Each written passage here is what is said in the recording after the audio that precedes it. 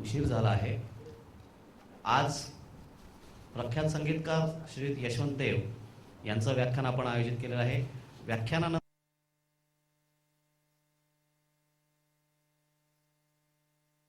Hello नमस्कार। अर्वाचीन व्यासपीठातर्फे आयोजित आजच्या तिसऱ्या व्याख्यान आणि चर्चासत्रात आपलं सगळ्यांचं सहर्ष स्वागत करत आहोत। कार्यक्रमाला जरासा थोडा तांत्रिक अडचणींमुळे उशीर झाला आहे। आज प्रख्यात संगीतकार श्री यशवंत देव यांचं व्याख्यान आपण आयोजित केलेलं आहे। व्याख्यानानंतर 15 मिनिटाचं मध्यंतर होईल। त्या मध्यंतरानंतर ज्या श्रोत्यांना या विषयावरती काही चर्चा करायची असेल, त्यांना प्रश्न विचारायचे असतील तर ते विचारू शकतात। आजचा विषय आहे मी ओशो आणि संगीत। मुळात ही संकल्पना आमच्या डोक्यात यासाठी आली की आचार्य रजनीश, भगवान रजनीश किंवा ओशो यांची फिलॉसॉफी जी मराठी माणसाने जाणून बुजून लांब ठेवली का मराठी माणूस त्या विचारांपासून लांब राहिला आहे, हे विचार मराठी माणसाने आणि मराठी समाजाने जवळ का केले नाही आहेत, या विचारांच्या संकल्पनेतून आजचा हा विषय बाहेर आलेला आहे। देवसरांचा अनुभव विश्व फार मोठा आहे। देवसर आचार्य रजनीशांच्या संपर्कात स्वतः होते, सानिध्यात नेहमीच असतात आणि त्यामुळे आम्ही देवसरांचीच निवड केलेली आहे। जास्त काही बोलत नाही, कारण अर्वाचीन व्यासपीठाची भूमिका आपल्या हातात आहे, सरांचा पूर्ण परिचय आहे। त्यामुळे मी देवसरांना विनंती करतो की त्यांनी कृपया कार्यक्रमास सुरुवात करावी।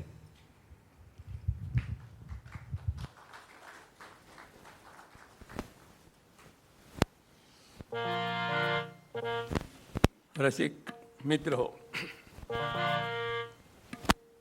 6 वाजता सुरू होणारा कार्यक्रम आपण 7ला सुरू करतो आहोत। त्यामुळे संपवायचा केव्हा ते पण आपण ठरवूया, कारण 6 ते 7 असं माझं एक व्याख्यान, त्यानंतर 15 मिनटं चहा किंवा जे काय असेल ते, त्याच्यासाठी 15 मिनटं, नंतर पुन्हा आपण जमल्यास मग प्रश्नोत्तर, असा एकंदर कार्यक्रम, असं त्या कार्यक्रमाचं स्वरूप आत्तापर्यंत आहे। परंतु आज काही कारणाने उशीर झालेला आहे, त्यामुळे आपली सगळ्यांची टाईम टेबल थोडीशी बदलतील आज, किंवा काय करणार आपण लवकर निघून जाऊ असे तुम्ही म्हणाल, पण थोडा वेळ तरी आपण असणार आहात असं मी समजतो, आणि आपण हसायला हरकत नाही आज, काय हरकत। हां, व्हेरी गुड व्हेरी गुड। त्याचं कारण असं आहे की आपण असे असलो ना तर आपल्याला काही मिळत नाही। संवेदना संपूर्ण उघड्या ठेवा आजच्या विषयासाठी तरी, कारण आजचा हा विषय समजून घेतल्यानंतर प्रत्यक्ष करायचा विषय आहे।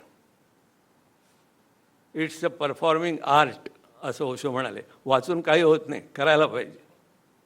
आणि ते जे काय माझ्या अनुभवाला आलं आतापर्यंत, मी पूर्वी काय होतो, ओशोंची भेट व्हायच्या आधी, ओशोंची भेट झाल्यानंतर मग काय फरक पडला का, फरक पडला असल्यास तो चांगला फरक होता काय, त्याचा माझ्या दैनंदिन जीवनामध्ये काय उपयोग झाला काय, अशा संबंधाचं आजचं विवेचन असणार आहे।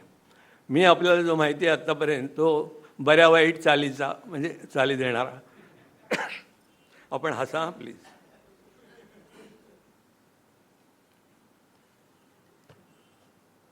आपल्याला माहिती आहे चित्रपटातून वगैरे वगैरे, नाटकातून संगीत लिहिणारा, कविता लिहिणारा, गाणारा वगैरे वगैरे. तर त्याच्यासाठी म्हणून आपल्याला जी माझी ओळख आहे तिथूनच थोडी सुरुवात करतो. पाडगावकर, मंगेश पाडगावकर यांची अनेक गाणी जो 70-75 मी केली असतील. या विषयाशी जवळपास त्यांचं जे गाणं आहे तिथून सुरुवात करतो.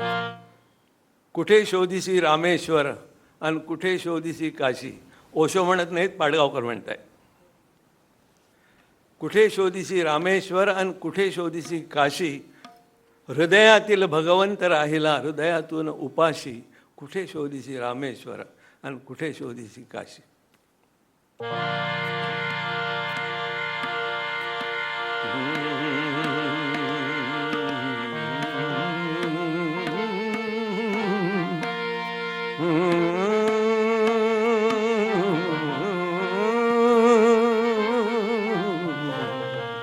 कुठे शोधिसी रामेश्वर कुठे शोधिसी रामेश्वर अन कुठे शोधिसी काशी.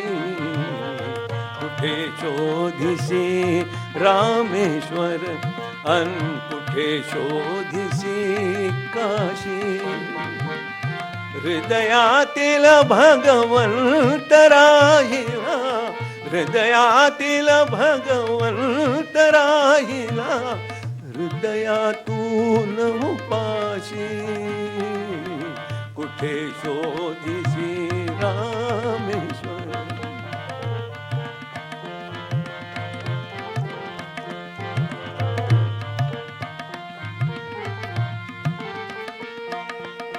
झाड फुलांनी आले बहरून तून पाहिले डोळे उघडून.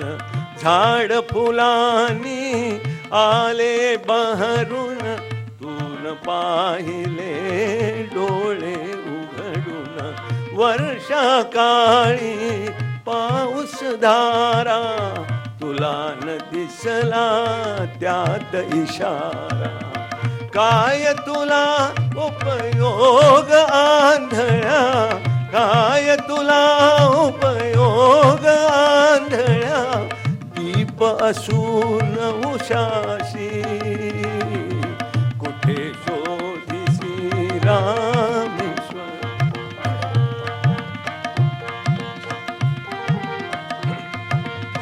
आणखी एक अंतरा म्हणतो, खरे 3 अंतरे आहेत.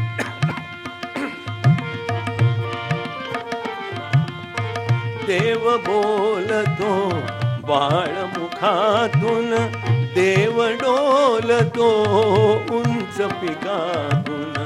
देव बोलतो बाळमुखातून देव डोलतो उंच पिकातून. कधी होऊनी देव भिकारी अन्नासाठी आर्त पुकारी. कधी होऊनी देव भिकारी अन्नासाठी आर्त पुकारी. अवती भवती असून दिसेना अवती भवती असून दिसेना. शोधितोस आकाशी. कुठे शोधिसी रामेश्वर अन कुठे शोधिसी काशी.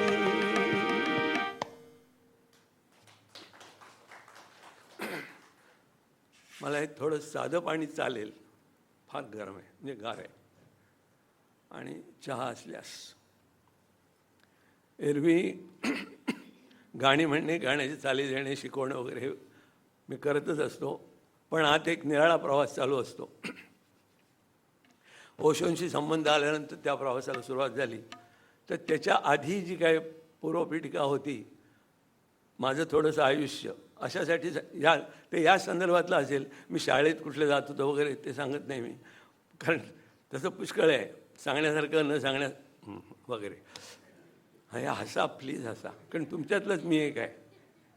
इथे मी प्रवचन देण्यासाठी तुम्हाला शहाणं करण्यासाठी नाही, माझे अनुभव मी तुम्हाला फक्त सांगणार आहे. त्यातून जर तुम्हाला वाटलं की ही आपण ह्या पद्धतीचं काहीतरी करूया, आचरणात आणूया, वाचूया नाही आचरणात आणूया, तर मला आनंद वाटेल, दुसरं काही नाही. तेव्हा अगदी आपण अनौपचारिकरित्या गप्पा मारतो असं समजा.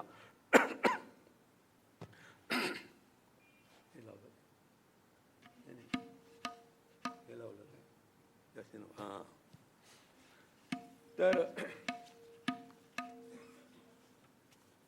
आज या ठिकाणी काही कवी मंडळी आहेत, काही मंडळी अशी आहेत की जे प्रत्यक्ष ध्यानक्रियेमध्ये रममाण होत आहेत. काही मंडळी अशी आहेत की ज्यांना बघूया काय ओशो म्हणतात आणि देव काय म्हणतात ओशोंच्याबद्दल हे चालीविली देतात ऐकले, पण आज हा विषय निराळा आहे, बघूया तरी असं म्हणून काही मंडळी आलेत. असे विविध प्रकारच्या तुमच्या विचाराची जी प्रणाली आहे, विचारांची लेवल आहे, असा जो आजचा समुदाय आहे त्याच्यासाठी मी आज आपला कार्यक्रम सुरू करतो आहे. आणि या ठिकाणी जे व्यासपीठ निर्माण करून दिलं, चीन नाही सॉरी अर्वाचीन, तर व्यासपीठ फार चांगली माझ्या दृष्टीने संधी आहे. खरंच आहे की मराठी माणसं वगैरे म्हणू नका, जे कोणी ओशोमध्ये इंटरेस्टेड नव्हते किंवा ओशोंच्या विषयी गैरसमजच जास्ती, त्यांचं समजून घेण्याच्या आधीच गैरसमज, तर तसं सगळ्याच ठिकाणी झाले, मराठीत नाही सगळ्या बऱ्याच ठिकाणी झालेलं आहे. मी अनेक ठिकाणी हिंडलेलो आहे. तर ते आपण सोडून देऊया, आपण आपल्याला ते या चर्चेतनं काय मिळतं ते बघूया. लहानपणी जे माझ्यावर संस्कार झाले ते संस्कार या तुम्हाला कसं कळलं मला पाणी पाहिजे म्हणून? हां, तुम्ही कुठे झाला? बसणार ना? हां, नाही तर पाणी देऊन घरी. वा, आता चहा पण आलाय.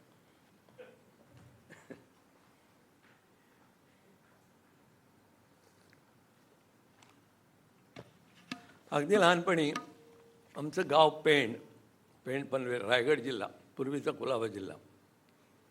तर तिथे आमचं घर मोठं, देवघर मोठं, आणि देव असलेली खोली ती पण मोठी होती. आणि या मोठ्या खोलीमध्ये 1760 देव होते, विष्णू पंचायतन, शिवपंचायतन वगैरे वगैरे वगैरे. आणि त्याची पूजा देवांच्यापैकी कोणी करत नव्हती, आमच्याकडे भटजी येत असे पूजा करायला. आणि तो सकाळी धाबळी वगैरे नेसून पूजा करायचा, पुन्हा संध्याकाळी काय असेल तर सायन दिवा लावणं, अमुक तमुक, या 2 वेळा पूजा करायचा, जायचा. त्याला आम्ही पगार देत होतो देवाची पूजा करण्यासाठी. त्यावेळेला मला तसं काय वाटलं नाही. नंतर हळूहळू वाटायला लागलं की पुण्य जर असेल देवाची पूजा करून, तर ते कोणाला, आम्हाला की भटजीला? नाही, खरं सांगतो मी आपल्याला की भटजी पूजा करतो म्हणून त्याला, की भटजी पूजा करतो पण पैसे आम्ही देतो म्हणून आम्हाला? मला कळलेलं नाही, देवाला कळलं असेल तर तो कोणाला तरी पुण्य वाटेल. पण हा प्रश्न आहे माझ्या मनात की आपण दुसऱ्याकडनं पूजा करून घेतो, आपण फक्त त्यांना पैसे देतो आणि स्वतः मात्र काही करत नाही. असा एक त्या आमच्याकडे प्रणाली होती. त्यानंतर दुसरी प्रणाली, मला प्रत्यक्ष वडिलांनी वेद शिकवला होता. पवमान जर आपण माहिती असेल तर ते मला माहिती होतं, रुद्र मला माहिती होता, देवे माहिती होते, अथर्वशीर्ष माहिती होतं, आणि वयाच्या 8व्या 10व्या वर्षी हे सगळं मला येत होतं. म्हणजे एका दृष्टीने हे म्हटलं तर धार्मिक काहीतरी आम्ही करत होतो, आणि त्यामुळे ह्यालाच आम्ही धार्मिक क्रिया असं म्हणत होतो. पुढे नंतर कळलं की धर्म परंपरा सांभाळण्यात नाही आहे. हल्ली गणपतीला आपण पाहतो ना काय परंपरा सांभाळत होती. असो, तर परंपरा म्हणजे धर्म नव्हे. धर्म हा नेहमी स्वधर्मच असतो, त्यालाही नाव नसतं. तुम्ही जे करता तो तुमचा धर्म. मग हिंदू म्हणून जर दुसरे कोणी करत असतील तर ते तुम्ही कराल असं नाही, तुम्ही जे करता तोच तुमचा धर्म. या अर्थाने स्वधर्म हाच खरा धर्म, आणि तो आपल्यापाशी प्रामाणिक असलेला धर्म. हे पुढे नंतर कळलं. पण त्यानंतर मग पुढे असं झालं की कोल्हापूरला असताना मी BSc विथ फिजिक्स मॅथमॅटिक्स आहे जाता. तर कोल्हापूरला असताना तिथे बापू महाराज म्हणून होते, ते दत्त संप्रदायाचे होते. आणि त्यांच्या घरी माझा भाऊ, थोरला भाऊ, नेहमी जात असे. तो इंजिनियर होता. आणि मी कोल्हापूरच्या आपल्या राजाराम सायन्स कॉलेजमध्ये हॉस्टेलमध्ये राहत होतो. तिथे ते जेव्हा कीर्तन करीत असे स्वतः महाराज, बापू महाराज, तेव्हा त्यांना मी ऑर्गन वाजवण्यासाठी साथ करीत असे. तेवढी भजनाची परंतु पुढे मला कळलं की त्यांनी क्षेत्रसन्यास घेतलेला होता. क्षेत्रसन्यास म्हणजे त्या विशिष्ट वास्तूच्या पलीकडे त्यांनी काही पाय ठेवला नाही गेली 10 वर्ष, म्हणजे त्यावेळेला ॲटलीस्ट 48चं सांगतोय मी. आता हा क्षेत्रसन्यास घेतलेला मनुष्य समोर संध्याकाळी कोणी असो नसो संध्याकाळी 6:45 म्हणजे 6:45 कीर्तन करणार, ही जी एक स्वतःची निष्ठा कोणासाठी नाही स्वतःसाठी होती ती. त्यातलं एक पदर मला नंतर उलगडत गेले, पण अनुभवाला काय आलं ते सांगतो. असा तो एक अनुभव. त्यानंतर बाळेकुंद्री म्हणून गाव आहे बेळगावजवळ, त्याला पंत बाळेकुंद्री म्हणतात, कारण तिथे पंत महाराज राहत होते. बेळगाव म्हणजे आपल्या महाराष्ट्र सीमेच्या जरा पुढे गेल्यावर आहे ते. तर तिथे माझा 42, 43, 44 सॉरी 80च्या पुढे संबंध आला आणि त्यांच्या जवळजवळ मी 8 कॅसेट्स केल्या त्यांच्या भजनाच्या, बेळगावच्या पंत महाराज.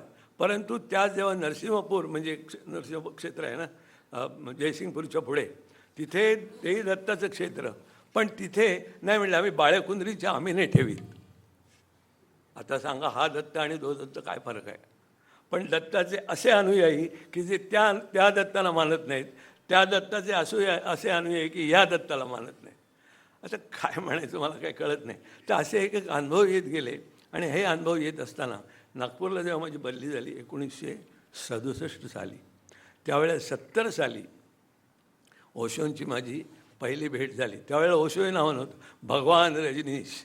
माझ्या एका मुंबईच्याच मित्रांनी मला सांगितलं होतं की तू भगवान रजनीशांचं भाषण कर. मग भगवान रजनीश आहे आपण नाही जाणार, हे असंच कोण स्वतःला भगवान समजतो वगैरे असं. त्यांचं पुढे काय भाषण आहे ते मी नंतर तुम्हाला सांगेन, त्यावर त्यांचं काय म्हणणं आहे. त्यांनी तुमच्या सगळ्या प्रश्नांना उत्तरं दिले. 650 लेक्चर्स आहेत त्यांची, पुस्तक रूपाने प्रसिद्ध आहेत, कोणाला माहिती आहेत. फक्त आपल्याला ते नको एवढंच माहिती आहे आणि ते आपण पुन्हा पाठपुरावा करीत असतो, मला नको बस. तर ते आज होणार नाही असं मला वाटतं आहे. तर 1970 साली नागपूरच्या कॉन्व्होकेशन हॉलमध्ये त्यांचं लेक्चर दुपारी 2 वाजता होतं. तर त्यावेळेला सगळा हॉल खचाखच भरलेला होता आणि ते आले बरोबर 2ला 5 मिनिटं कमी असताना आले, मायक्रोफोनसमोर उभे राहिले आणि सुरू केलं, मेरे प्रिय आत्मन. आईला म्हटलं हा काय प्रकार आहे. म्हणजे बंधू भगिनींनो, लेडीज जेंटलमॅनवर काय नाही, मेरे प्रिय आत्मन. सुरुवात केली, मैं एक कहानी से आरंभ करता हूँ. त्यावेळेला ऐकलं लेक्चर तुम्हाला थोडक्यात सांगू. मैं एक कहानी से आरंभ करता हूँ, उसके पहले मैं चाय पीता हूँ. थँक्यू. तुम्हाला देवाची अनेक रूपं बघायला मिळणार आहे, बरी वाईट दोन्ही. कहानी से आरंभ करता हूँ. एक अंधा आदमी है, बैठा है अपने कमरे में, उसको इच्छा है बाहर चला जाए, लेकिन उसको पता नहीं किस तरफ दरवाज़ा है, बाहर जाने की दिशा कौन सी है. इसलिए वो दीवार के पास जाता है और देखता है, स्पर्श करता है दीवार को कि दरवाज़ा कहाँ है, दरवाज़ा कहाँ है, दरवाज़ा कहाँ है. इत्तेफाक से क्या होता है, जब दरवाजे के पास आता है उसको कहीं खुजली आती है, दरवाज़ा चूक जाता है. फिर ऐसे ही होता है. अगेन ही कम्स टू द डोर और कुछ होता है, दरवाज़ा चूक जाता है. रजनीश म्हणाले, हमारा सबका ऐसे ही होता है, मुक्ति के क्षण में हम पीछे हटते हैं. काय समजायचं मला काय एकदम गांगरूनच गेलो की ज्या माणसाबद्दल असं सगळं बोललं जातं तो कुठेच काही बोलत नाही एकदम. आणि त्यांचं संबंध लेक्चर 6 तास काय ते 1.5 तास ते निघून गेले. त्यानंतर त्या एका लेक्चरनी अक्षरशः हादरल्यासारखं झालं. त्याच्या आधी मी कृष्णमूर्तीसुद्धा ऐकलेले आहेत. ज्यावेळेला आपल्या जे स्कूल ऑफ आर्ट्सच्या त्या गार्डनमध्ये कृष्णमूर्ती गिविंग लेक्चर्स असं जेव्हा होतं, डिस्कोर्सेस ऑफ कृष्णमूर्ती. मला कृष्णमूर्ती नाव माहीत नाही, 70 सालच्या आधीचं सांगतोय. कृष्णमूर्ती नाव मला माहीत नाही. आणि आमच्या एका म्हणजे कोणी बापू महाराजांनीच मला सांगितलं, हे दत्ता, की तू मुंबईला जाशील, याच्यानंतर परत इकडे येणार नाहीस, कारण तुझं आयुष्य पुढचं आहे, तू कृष्णमूर्ती ऐक. म्हटलं हा मनुष्य ज्यांनी 4 इयत्ता शिकलेलं नाही त्याला कृष्णमूर्तीचं नाव काय माहिती. पण लक्षात ठेवा, हे जे सगळे एनलायटन मंडळी आहेत ना, सगळे एक आहेत, आतून सगळे एक आहेत. त्यांचा सगळ्यांचा रंग एक आहे, श्रीरंग. प्रत्येकाचा रंग बाहेरचा वेगळा असेल, आतला रंग सगळ्यांचा एक आहे. ते म्हणजे कृष्णमूर्ती ऐक. म्हटलं कृष्णमूर्ती ऐक, ठीक आहे. आणि मुंबईला जेव्हा मी आलो त्यावेळेला, तेव्हा शेजारचे केळकर म्हणून राहतात, त्यांचा टाइम्स ऑफ इंडिया इंग्लिश आमच्या घरात चुकून आला आणि बघतो तो कृष्णमूर्ती लेक्चर. म्हटलं हे काहीतरी आयुष्याला वेगळं वळण लागतं असं मला वाटलं. मी गेलो, काही कळलं नाही मला. एक तर कृष्णमूर्तींची भाषा महाग, म्हणजे नाही कळतच नाही तुम्हाला. त्यांची जी हे आहे ना इडियम फार वेगळी आहे. आणि ते जे काय बोलतात ते कळण्यासाठी तुम्हाला कृष्णमूर्तींच्या जवळ जावं लागतं. जसं हल्ली मिल्क सेंटरवर जाऊन दूध आणावं लागतं. पूर्वी दूध तुम्हाला घरी पोचवत असे दूधवाल्याचं काम रजनीश करतात आणि मिल्क सेंटरचं काम कृष्णमूर्ती करतात. तुम्हाला त्यांच्या जवळच जाऊन बसायला पाहिजे. ते काय म्हणतात ते काय त्यांनी सांगितलं तरच तुम्हाला कळेल. तुम्हाला स्वतंत्र काही कळत नाही. खरी गोष्ट आहे, मला खरंच काही कळलं नाही. 7-8 वेळा मी गेलो, लोक शांत बसलेले, ते बरोबर वेळेवर सुरू करायचे. फक्त त्यांचं एक वाक्य, सर प्लीज अंडरस्टँड, हा जो प्लीज शब्द आहे ना, हादरून गेला. की त्यांची जी ज्याला आपण तर अत्यंत तळमळीने म्हणते, सर प्लीज प्लीज अंडरस्टँड मी. आणि बस ते काही कळलं नाही. पण रजनीशांच्या व्याख्यानंतर 1970 ते 1980 10 वर्ष रजनीश मुंबईला येऊन गेले असतील, पेडा रोडवर त्यांची व्याख्यानंही होत असतील, पण मराठी पेपरात त्याच्यात मला तरी कधी वाचायला नाही मिळालं नाही. पण 1980पर्यंत, म्हणजे 1970 ते 1980 हा काळ त्यांची जी मिळेल ती पुस्तकं मी वाचली. हिंदी इंग्रजी, मराठीत तर त्यांची नव्हती, काही भाषांतर होती, पण मी हिंदी इंग्रजी पुस्तकं जी वाचली. त्यामुळे असं व्हायचं की काम चालूच होतं. मी 84पर्यंत आकाशवाणीच्याच नोकरीत होतो. 84ला मी रिटायर झालो. तेव्हा ते सगळं काम व्यवस्थितच होतं, काही कमी नव्हतं त्याच्यात. पण पुस्तकाच्या बाबतीत एक पुस्तक मिळालं की दुसरं पुस्तक मिळेपर्यंत मी बेचैन, ॲडिक्शन म्हणतात ते, बेचैन. मग तिथे कुठे जाऊन, कोणाकडे जाऊन, पुण्याला जाऊन काय पुस्तक मागणे. आणि आपल्या मशीद बंदरला तिथे भगवान भवन नावाचं हे आहे, लायब्ररी आहे मोठी, तर तिथून मी पुस्तकं आणत असे. माझे मित्र मला देत असत. आणि पुस्तक नाही म्हणजे मी बेचैन. जसं एखादा दारू पिणारा मनुष्य एक ग्लास संपल्यानंतर दुसरा मिळेपर्यंत त्याची जी अवस्था, तीच माझी अवस्था. दुसरं पुस्तक नाही म्हणजे मग काय. आणि या अवस्थेला मी स्वतःला शहाणपण समजत होतो. चला आपल्याला रजनीशांची पुस्तकं वाचायला मिळत नाहीत म्हणून आपल्याला जे आत काय होत आहे, पुस्तक हवं म्हणून ही जी परिस्थिती आहे, आपण किती मोठे. पण लेखात दुसरं पुस्तक मिळाल्यानंतर पुन्हा पुस्तक संपेपर्यंत ओके, आणि पुन्हा पुस्तक हातात गेल्यानंतर तू रिकामाच, त्याचं काय. म्हणून 1980 साली ज्यावेळेला पेपरमध्ये आलं आचार्य रजनीश किंवा काय भगवान रजनीश असेल ते, यांचे अमेरिकेला पलायन, म्हटलं हा पलायन करणारा मनुष्यच नाही. तिथे म्हटलं काहीतरी लिहित आहेत, विकृत हरकत नाही.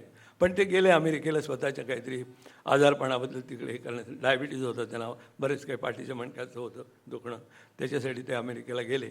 आणि अमेरिकेला गेल्यानंतर 80 साली 84ला ते का 85ला परत आले. तर त्यावेळेला मी त्यांना पत्र लिहिलं, एक वाक्य, बेचैन होता जा रहा हूँ क्या करूँ.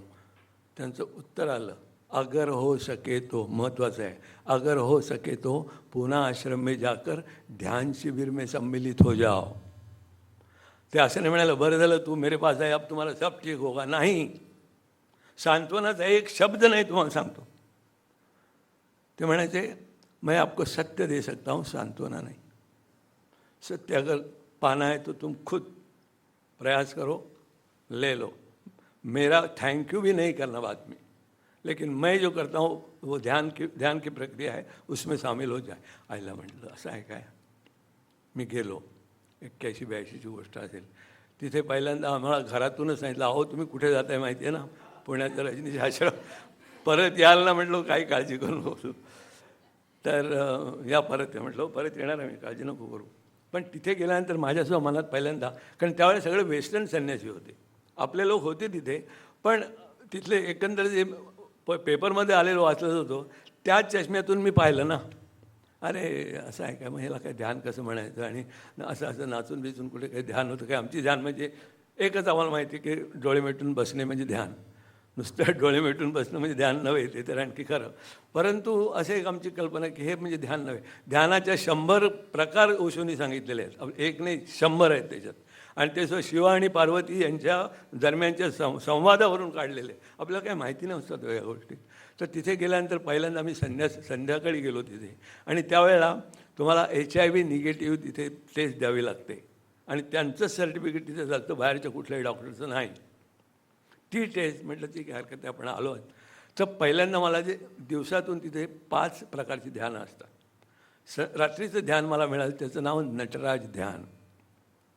आणि हे नटराज ध्यानमध्ये त्याचा अर्थ असा आहे की तुम्ही डोळे मिटायचे, you are not to touch anybody, कोणालाही तुम्ही स्पर्श करायचा नाही. आणि 50 मिनटं ध्यान आहे, ते नाचायचं आहे.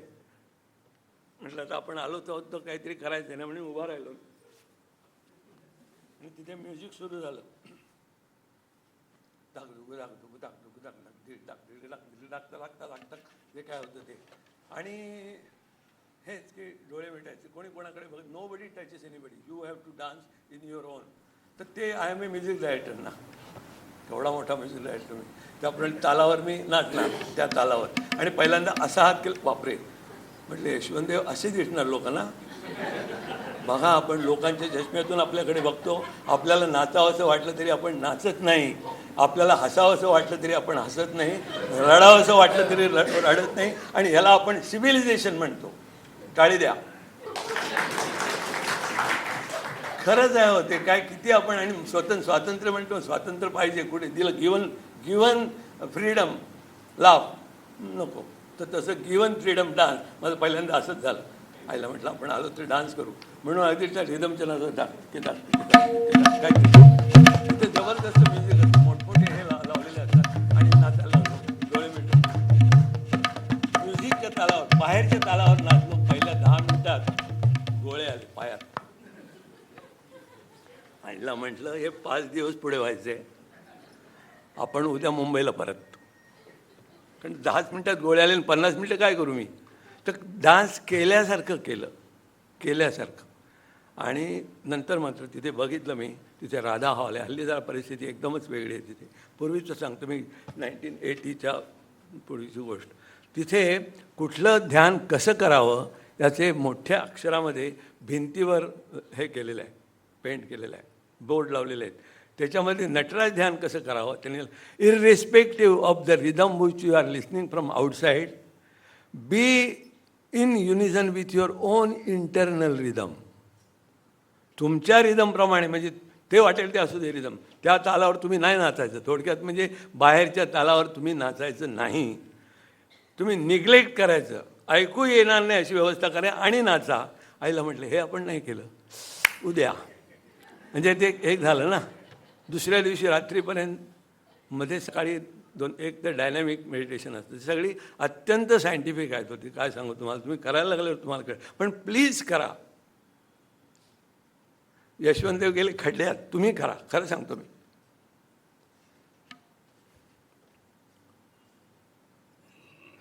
कारण ते अनुभव फार मौल्यवान आहे. आणि it gives you such an energy. 85 मी वय चोरलेलं नाही माझं. 1/11/1926 मॅट्रिकचं सर्टिफिकेट आहे माझं. मला म्हणायचं काय की हे आतून येतं ऊर्जा की तुम्हाला थांबवत नाही. यू मस्ट गो ऑन आणि give people what you know. ते मी करतोय. इव्हन संगीताच्या ह्याच्यावर सुद्धा तेच मी करतोय. तर तिथे दुसऱ्या दिवशी एक नादब्रह्म म्हणून ध्यान आहे. त्याच्यातलं एक अनुभव थोडासा सांगतो आणि मग आपण पुढे जाऊ.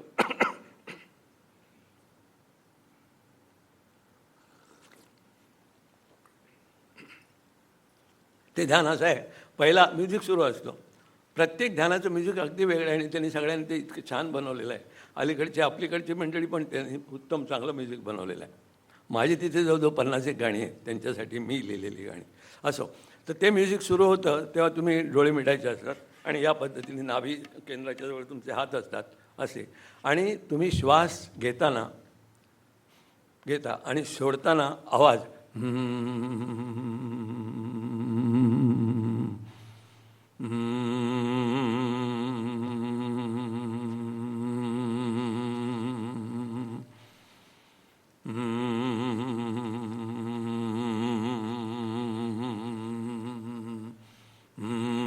आणि जितकं जोरात तितकं. हे अर्धा तास झाल्यानंतर म्युझिक बदलतं आणि त्यावेळेला या क्रिया आहेत काय काय करायच्या त्या. तुम्ही हे जे हात असतात तुमचे ते नाभीजवळ असतात आणि ते तुम्ही चारी दिशेनं या पद्धतीने हॉरिझॉन्टली असे 2 हात करायचे पुढची 7.5 मिनटं. हे करताना भाव असा की आत्ता जी मला एनर्जी मिळालेली ते मी डिस्ट्रीब्यूट करतो इन द एक्झिस्टन्स. त्यानंतर पुढची 7.5 मिनटं उलटा हात आणि you are getting the energy back या पद्धतीने. आणि नंतर मग आय जर लाय डाऊन पुढचं शेवटचं 15 मिनिट असा तो एकंदर 1 तासाचा प्रयोग आहे. तर पहिले अर्धा तास जेव्हा माझं ते सुरू झालं जाम नागाला असे हे येतात. आणि ते झाल्यानंतर मग ही जी दुसरी स्टेज आहे ते त्यांनी सांगितलं की 7.5 मिनिटामध्ये जितके सावकाश तुम्ही जाल आणि म्हणा की I am giving energy out which I have got now, हे जेव्हा तेव्हा फास्ट करायचं नाही. आणि माझं काय व्हायला लागलं, हे असं असं अरे आणि डोळ्यातनं पाणी म्हटलं हे मी I am not doing it, who is doing it, I am not doing it, असं स्वतःला थांबवता नाही आलं. काय सांगू तुम्हाला, म्हटलं साला ही एनर्जी आपल्याकडे आहे आणि काय मी काय आता तुम्ही आपणून करायला हात दमाल, पण आतून जेव्हा दुसरा कोणीतरी करतो तुमच्या थ्रू तेव्हा तुम्ही थकत नाही. करणारा वेगळा, तुम्ही नाही. करण्याचं कर्तृत्व स्वतःकडे घेऊ नका. आणि कर्तृत्व घ्यावं लागतं कारण आम्हाला तुम्हाला काही सांगावं लागतं. मी श्वास घेतो असं जे तुम्ही म्हणता चूक आहे. तुम्ही जर श्वास घेत असलं ते शेवटी ऑक्सिजनच्या नळ्या लावतात तेव्हा का नाही घेता येत? नाही हो, मग ते नाही ना घेता येत. मग आयुष्यभर एवढा रियाज झाला तुमचा श्वास घ्यायचा, पुढे काय झालं? बॉडी श्वास घेते, लक्षात ठेवा. आणि याचा उपयोग गाण्यात होतो हे मला सांगायचं आहे. पुढे प्रत्येकजण गायला घालतो म्हणजे कळेल. खरंच सांगतो, श्वास मला कधीच लागत नाही गाताना, कारण मी श्वास घेतच नाही ना. पण ते गाण्याच्या वेळेला बोललो हे बरं चाललं आहे का, बरं आहे का एकंदर थोडं प्लीज. हां, नाही तर मागे बसलेले मागच्या हां सांगतो. तर असे 2-3 अनुभव आले. आणि त्यानंतर मग ते त्यांचं स्वतःचं लेक्चर, त्यावेळेला ते अमेरिकेतच होते त्यामुळे त्यांचं फक्त व्हिडिओज लावत होतो आम्ही आणि हे होत होतं. तर हे 5 दिवस तसे झाल्यानंतर 82-83 म्हणजे पहिली बायको वारली. दुसरं लग्न काहीतरी वर्षभरात केलं. बायको आहे ना, ते तिने करेक्ट तारीख पण सांगितली असती आत्ता. म्हणजे तुम्ही हीच तारीख नेमकी कशी विसरता वगैरे. तर ती करुणादेव म्हणजे पूर्वीच्या नीलम प्रभू त्यांचे लग्न झालं. त्यानंतर 84 साली मी रिटायर. तेव्हा मी ठरवलं की आपण 1 नोव्हेंबरला संन्यास घ्यायचा. ओशोंचं म्हणणं असं आहे की तुम्हाला जर खरोखरच मी काय म्हणतो पटलेलं असेल तर अर्धवट नको, बी फुल्ली विथ द गुरु. आणि तेवढ्यासाठी त्यावेळी जी काय माझा ड्रेस आपण कोणी पाहिला असेल त्यावेळी ही जी हे आहे त्याच्यात त्यांची प्रतिमा होती, त्यांचा फोटो होता. आणि ते म्हणाले बाहेर पाहिजे, आत नाही बाहेर. आणि सगळी संन्यासी ज्या पद्धतीचा पोशाख करतात त्या पद्धतीचा सगळा तो होता, भगवी वस्त्र वगैरे वगैरे वगैरे. आणि मी ठरवलं की 1 नोव्हेंबरला घ्यायचा. त्याच्या आधी आम्ही अमेरिकेला जाऊन आलो 1984, बरं काय 1984. 84 संपला म्हणजे नोव्हेंबर 84, 1 नोव्हेंबर 1984ला संन्यास घेतला. त्याच्या आदल्या दिवशी म्हणजे 31 ऑक्टोबर इंदिरा गांधींचा खून झाला होता तो दिवस. त्यामुळे 31 ऑक्टोबरला मला हे नाही मिळालं, काय म्हणतं त्याला, सेंड ऑफ वगैरे नाही मिळाला. पण आम्ही बाहेर गेलो, रात्री गेलो. त्याच्या आधी मुंबईत आपले रजनीशपुरमला जेव्हा जाऊन आलो आम्ही, तर कशासाठी, तर उत्तरा केळकर आणि मी आमच्या दोघांचा मिळून कार्यक्रम अमेरिकेमध्ये ठरले. तर कसे ठरले काय ठरले ते जाऊन ते ठरले. आणि तेव्हा मी ठरवलं की आता आपण अमेरिकेत आलो, रजनीशपुरम बघून यायचं काय भानगड आहे ती. म्हणून आम्ही तिथे रजनीशपुरम त्या कॅलिफोर्नियामध्ये सांगतो मी आपल्याला.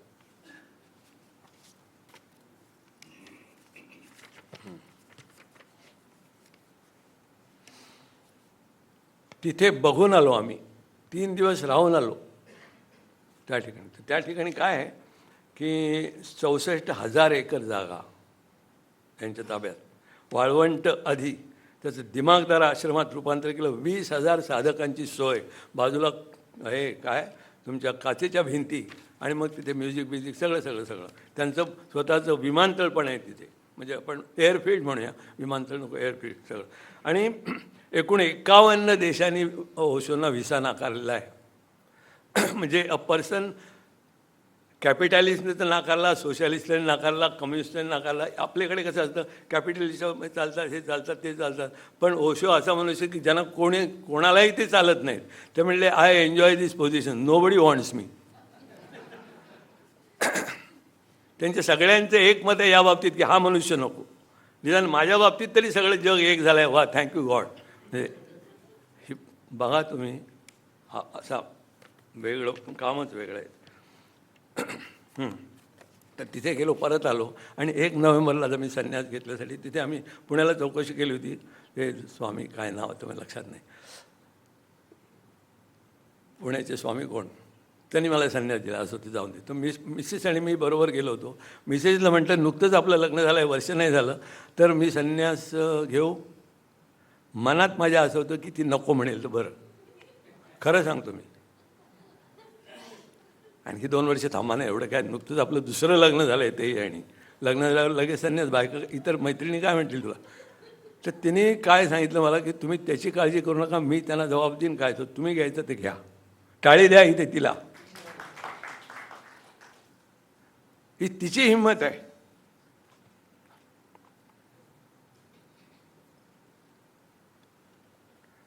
आणि आम्ही त्या दिवशी मुंबईहून निघालो टॅक्सीतून. सगळा मार्ग मोकळा, कारण इंदिरा गांधीचा खून झाला होता. रस्त्यावर चिटपाकरू नये म्हटलं, हा महामार्ग मला मिळालेला आहे मोकळा, कोणीही अडवायला नाही. आत्ता एक तिकडनं येणार एक वाहन नाही. आम्ही पोहोचलो तिथे रात्री आणि आश्रमात फोन केला की उद्या सकाळी येतो. तिथे संन्यास सगळी दीक्षा झाली. दीक्षा म्हणजे काही नाही, ते फक्त फोटो घेतात आणि सांगतात मेडिटेशन करा, बस. काहीही सोपस्कार नाही, औपचारिकपणा त्याच्यापेक्षा काही नाहीच. त्यांचा फोटो असतो ओशोंचा, कारण ते ओशो त्यावेळेला अमेरिकेत होते. त्यांच्यासमोर आम्ही ते घेतलं. तिला नव्हताच घ्यायचा आणि अजूनही तिने घेतलेलं नाही. तर ते सगळं माळबीळ सगळी माझ्या, ते सगळा तो पोशाख. आणि आम्ही पुन्हा जेव्हा मुंबईला आलो, तिथून सगळी यशवंतदेव हादरले. म्हणजे काय हादरले तुम्हाला आत्ता ठीक बोलायला, पण त्यावेळेचं तुम्हाला मी खरं सांगतो. अक्षरशः तिथे गेल्यानंतर आमच्या गल्लीमध्ये रोड नंबर 3 शिवाजी पार्क जिथे आम्ही राहत होतो, यशवंतदेवांनी संन्यास घेतले आणि ती आज येत आहेत त्या बातमीने. सगळे आपापल्या गॅलरीमध्ये रस्ता बघायला. लग्नाच्या वरातीला कोणी नव्हतं, पण दुसरे संन्यास घेतला म्हणजे काय भानगड आहे बघूया म्हणून सगळे. आणि तेव्हा मी खरं सांगतो, आत अशी आग, बापरे आता. पण म्हटलं नाही, काय म्हटलं ना रामदेव, काय कृपाळूपणे अल्पधारिष्ट पाहे.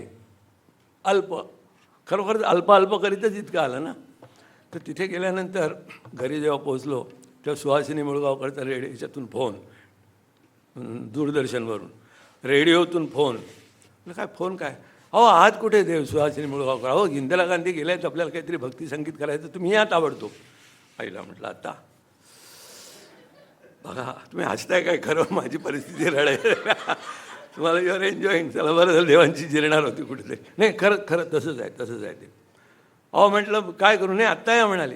म्हटलं आत्ता सकाळी 10 हो या सकाळी 10 वाजता तिथे वरळीला जायला निघालो दूरदर्शनच्या केंद्रावर. तेव्हा ज्या ठिकाणी मी टॅक्सी स्टँड, जिथे जी टॅक्सी नेहमी घेतो, तिथे साधारण नेहमीचे लोक असतात तिथे.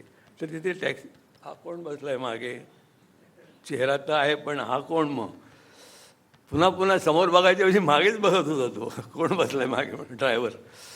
असं करतात मी तिथे गेलो आणि सुहासिनी मुळगावकर दरवाज्यातच होत्या. या आणि हे काय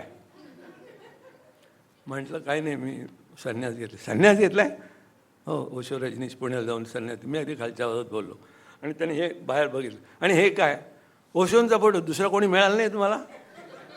हा म्हटलं नाही ओशोच. तुम्ही BSc फिजिक्स मॅथमॅटिक्स, म्हणूनच म्हटलं ओशो, पूर्ण सायंटिफिक. आणि मग मी म्हटलं होऊनच जाऊन दे आता काय. म्हटलं आत येऊ का नको सांगा, should I come in or not. या या या या तर तिथे तुम्हाला माहिती आहे आता असे बसल्यानंतर मगाशी विचारतात सूर कुठला म्हणून. तिथे कोणी सूर कुठला विचारलं नाही, ये क्या है पहिले बताओ, कारण त्यांना हे सगळं नवीन होतं ना. म्हटलं बाबा बाद में बताऊंगा, तुम सुरू करो.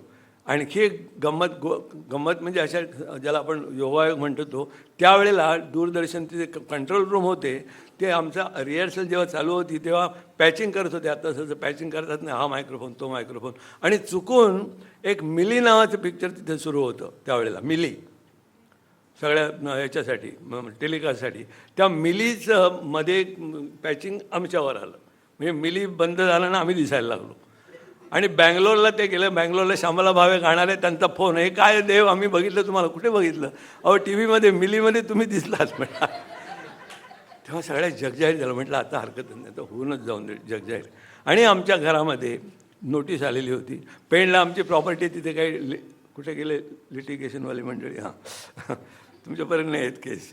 तर ती यशवंतदेवांना तिथे कोर्टात हजर राहायला सांगितलं तिथे.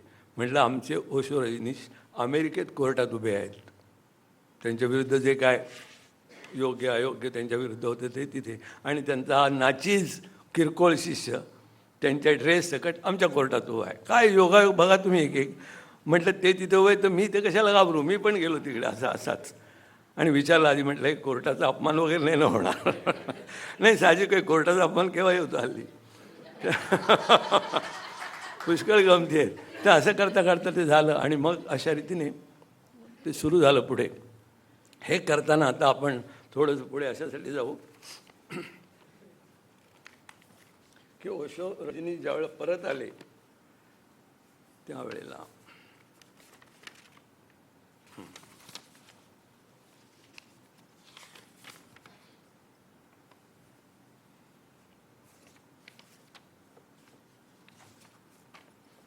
त्यांनी 1986ची गोष्ट आहे, 1986. इथे सुमिला बंगला आहे कुठे, जुहू पार्ले स्कीमला 10th रोड म्हणून आहे, तिथे सुमिला नावाचा बंगला. तिथे ते लेक्चर देत असत. काहीतरी महिना 2 महिने आले, कुठली तरी एक सिरियल होती, मला वाटलं बियॉन्ड एनलाइटनमेंट अशी काहीतरी ती होती, त्याची ती लेक्चर सुरू होती. आणि आम्ही रामदास भवनमध्ये राहत होतो शिवाजी पार्कला. आमच्या घरी फोन त्यांच्या सेक्रेटरीचा प्रेम कोणतरी होती, स्वामी आनंद यशवंत, माझं नाव त्यावेळेचं घेतलं होतं मी, स्वामी आनंद यशवंत. तर त्यांचं विचारलं त्याने की यशवंत हे ठेवायला पाहिजे का? मी म्हटलं ठेवा. तर आणि मग आनंद यशवंत, स्वामी आनंद यशवंत. तर स्वामी आनंद यशवंत को भगवान श्री ने आशीर्वाद भेजा है और गाने के लिए बुलाया है. बापरे, यांच्यासमोर गाणार मी? काय गायचं? कबीर कहे ह्यांना ऐकू? कबीर म्हणजे काय ते, मीरा म्हणजे काय ह्यांना ऐकू? कारण हे जेव्हा कबीराविषयी बोलतात ते स्वतः जणू कबीरच आहे तसं बोलतात. त्यांची जेव्हा ह्याची व्याख्यानं झाली तुमच्या गीतेवरची, तेव्हा त्यांचं पहिलं वाक्य, मैंने गीता पढ़ी नहीं लेकिन मैं जो आप बोल रहा हूँ वही कृष्ण अर्जुन के लिए बोला होगा. अशी हिम्मत जे ते आतून लोक एक असतात त्यांचीच असते, लक्षात घ्या. Those who know they only say this. राजकारणाची वाक्य नाही ती. तर म्हटलं यांच्यासमोर काय गाणार? मला खरंच प्रश्न पडला, कारण आश्रमात सुद्धा आम्ही जेव्हा जात होतो निंदाळ्या फेस्टिवलसाठी त्यावेळी इतर हिंदी कवींची गाणी या संदर्भातली गात होतो. मी काहीच लिहिलेलं नव्हतं, पण ह्यांच्यासमोर गायचं म्हणजे काय? तर मी मग म्हटलं हरकत नाही, पण आता लिहूया.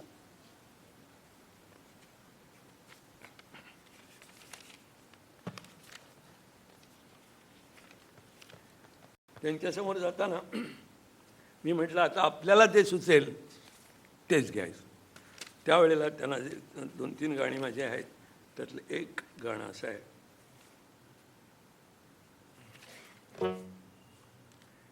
गडबड झाली एक,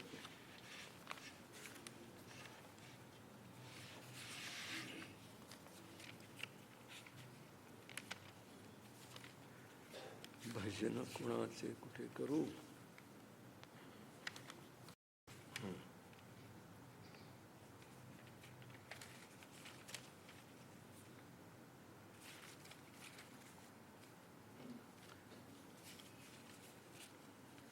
त्या गाण्याचं आत्ता तुम्हाला फक्त 2 ओळी सांगतो मी.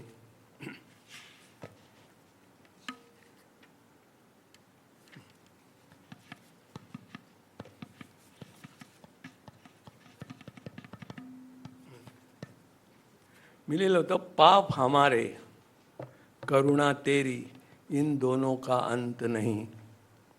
आम्ही पाप करत जायचं आणि तुला करुणा मागत राहायचं, हेही चालू आणि तेही चालू. कारण करुणा करणं हा तुझा धर्म, पाप करणं हा आमचा धर्म. पाप हमारे करुणा तेरी इन दोनों का अंत नहीं, होश तेरा बेहोशी अपनी इन दोनों का अंत नहीं, असं ते गाणं होतं. त्यानंतर मग कितीतरी गाणी झाली. त्याच्या पुढे जाताना एका गाण्याबद्दल मी आपल्याला नेतो की आता या ठिकाणी आपण जेव्हा कुठल्याही गुरुकडे जातो किंवा देवळामध्ये जातो, आपण धार्मिक लोक देवळात जातो, फक्त जाताना नमस्कार करायच्या आधी आत काहीतरी मागणं असतं. मागणं असल्याशिवाय आपण नमस्कार करतच नाही. हम ईश्वर से कहने को मंदिर चले, मी हिंदी पण लिहिलं आहे, हम ईश्वर से कहने को मंदिर चले, जगे दो हमें तेरे चरणों तले, देवा तुझ्या पायाशी मला जागा दे. देव खरोखरच प्रसन्न झाला आणि त्यांनी सांगितलं, यशवंत देव थँक्यू, मी प्रसन्न झालो, काय करू, बैस तिथे. आत्ता नाही, आत्ता माझा कार्यक्रम आहे, मी येतो नंतर. आत्ता कोणालाही परमेश्वर नको आहे, लक्षात ठेवा. नकोच, ती आपली प्रायोरिटी नाही आहे. आपली प्रायोरिटी दुसरी आहे, आणि जी दुसरी आहे तिथे आपण नेहमी जात असतो. तेव्हा हम ईश्वर से कहने को मंदिर चले, जगे दो हमें तेरे चरणों तले, वो देगा सहारा इसी वक्त यहाँ, मगर मांग अपनी असल है कहाँ. असं काय काय लिहिलं आहे मी. आणि जेव्हा आपण सुख आणि दुःख हे द्वंद्वच आहे, आणि या द्वंद्वापैकी सुखाची अपेक्षा करतो, तेव्हा मागे दुःख येतच असं लक्षात ठेवायचं. एखादी प्रिय व्यक्ती, प्रिय वस्तू आपल्याजवळ येतात असं जेव्हा वाटतं, तेव्हा अशी एक घडी नक्की येणार आहे की हे आता दुरावा होणार आहे. प्रियमित्र जवळ येणार आहे, पण तो केव्हा तरी लांब जाणार. एक लाट थोडी दोघा पुन्हा नाही गाठ. आहे कुठला तुम्हाला वाटतं ते ह्यांचं आहे ना, गीतरामायणातलं काहीतरी आहे ते. हां, दोन ओंडक्यांची होते, काय माडगुळकरांनी लिहिलं आहे बघा. दोन ओंडका हा शब्द का माडगुळकरांनी वापरला आम्हाला शंका. पण ओंडक्याने जे कळतं ते काष्ठखंडाने कळत नाही. दोन ओंडक्यांची होते सागरात भेट, एक लाट तोडी दोघा पुन्हा नाही गाठ.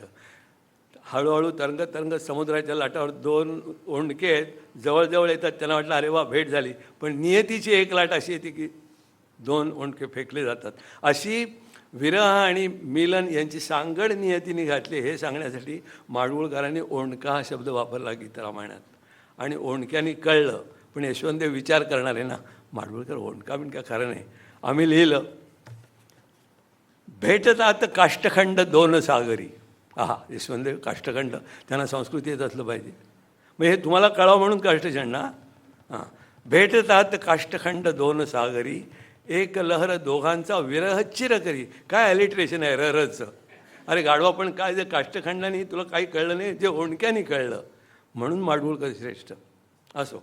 तर त्यानंतर मग जेव्हा आपण सुखदुःखाची व्यवस्था बघतो आणि सुखाच्या पाठीमागे लागतो, आणि सुख मिळावं म्हणून मग परमेश्वर. आता इथे लक्षात ठेवा, मुळात परमेश्वराकडे जाणं, तो खरा खोटं ते नंतर बघू, पण जाणं, आणि तो आधी सगळं त्याच्याबद्दलची आपली व्यवस्था केलेली, तो सर्वज्ञ आहे. आपणच म्हटलं आहे, तो सर्वज्ञ आहे. त्याला सगळं दिसतं, त्याला सगळं कळतं वगैरे वगैरे. आणि मग 10 वेळा का त्याला सांगावं लागतं की मला हे दे, मला हे दे म्हणून. आपण त्याच्यावर का नाही सोडत, तुला कळलंच आहे. नाही नाही, तरी पण रोज सांगतो. जे काय आमच्यासमोर ते सिद्धिविनायक, ज्याच्या म्हणजे मी टीका म्हणून नाही, फॅक्ट म्हणून सांगतो आहे की थांबतात आणि हे दे ते दे परमेश्वराला सांगतात की जो अजून पाहिलेलं नाही. मंत्र्यांकडे गेलो तरी ते आपला पत्ता लागू देत नाहीत, पण त्याचा पत्ता माहिती नाही. काय ह्याला कशी काय, म्हणजे असो, म्हणजे हल्लीच्या दृष्टीने पाहिलं जर, की जिथे साधा फिजिकल फॉर्म असलेलाही कोणी देव नाही, ज्यांनी अंतराळात जे सगळे वीर जाऊन आले त्यांना कुठे देव दिसला नाही. असला तर हाय केलाच तर मी आहे, काय काळजी करू नका असं सांग. कोणी काही बोलत नाही देवाच्या विषयी, आम्ही आहेच असं धरून चालतो. बरं ठीक आहे, प्रिझम्पशन, तो सर्वज्ञ आहे, हे पण प्रिझम्पशन मग सांगायची गरज नाही. काहीतरी एक कबूल करा की त्याला काही कळत नाही, तो सर्व करुणावान आहे, तो सगळ्यांच्यावर प्रेम. एवढं सगळं आहे तर बोलायचं आवश्यकता काय मग. पण नाही, आपण ते करतो. ठीक आहे, गणपती, आपल्याला माहिती आहे गणपतीबद्दल आपण काय करतो ते. आपल्या स्वतः घरामध्ये पूजा करून गणपतीचे करतो. पण 5-5 दिवसाचे जेव्हा गणपती असतात, तेव्हा गणपती जर म्हणाला की तुमच्याकडे फार छान आहे हो, तुमच्या पार्ल्यामध्ये इतकं छान तुम्ही गणपतीचं वातावरण ठेवलेलं आहे, 5 दिवस मी आणखी 1 दिवस राहू का. राहा म्हणेल काय कोणी. नको, माझी भाची आली, तिची उद्या परीक्षा आहे, तिला आम्ही गणपती 6वा दिवस नको, 5 दिवस बस. इथे ह्याला आम्ही धार्मिकता म्हणतो. ही धार्मिकता नाही, परंपरेत धर्म नाही, मग अशी सांगितलं त्याप्रमाणे. आणि ओशोंची शिकवण हीच आहे. तर त्यावेळेला मी ओशोनी एक उत्तम सांगितलं आहे की हंसने रोने की उलझन में क्यों हो, हंसने रोने की उलझन में क्यों हो, तुमको जाना है दोनों के पार. तुमची मनस्थिती नाही, मनस्थिती अमनस्थिती व्हायला पाहिजे. अमन शब्द चांगला आहे, शांतीचा. मनाच्या पलीकडे गेलात तरच ह्याच्यात द्वंद्वातून मुक्त व्हाल. तुम्हाला सुख मिळालं तरी दुःख केव्हा तरी मिळणारच आहे. जेव्हा तुम्हाला असं वाटतं की ₹1,00,000 मिळावेत, मिळाल्यानंतर आणखी जरा 5 लाख मिळालं तर आपल्याला ब्लॉक पण घेता येईल वगैरे वगैरे, हे राहतं. आणि ₹1,00,000 मिळाले तर संपत नाही, गाडं पुढे सुरू होतं. तेव्हा कधीही संपत आपलं काही नाही. अगदी समजा मिळाले आणि कॅश, बापरे आता कॅश कुठे ठेवू, म्हणजे चिंता कायमच. म्हणून हे जे सतत चिंत वातावरण आहे हे मनामुळे आहे. म्हणून हे मनच मोकळं करा, त्यातला टाईम मोकळा करा, स्पेस मोकळी करा, आणि मग जे राहील त्याचं नाव ओशो. हे लक्षात घ्या, त्याचं नाव ओशो आहे.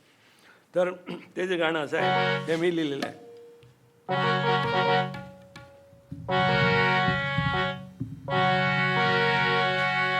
हंसने रोने की उलझन में क्यों हो, तुमको जाना है दोनों के पार. एक जहां और भी है अमन का, उस जहां के हो तुम हकदार. हंसने रोने की उलझन में क्यों हो, तुमको जाना है दोनों के पार.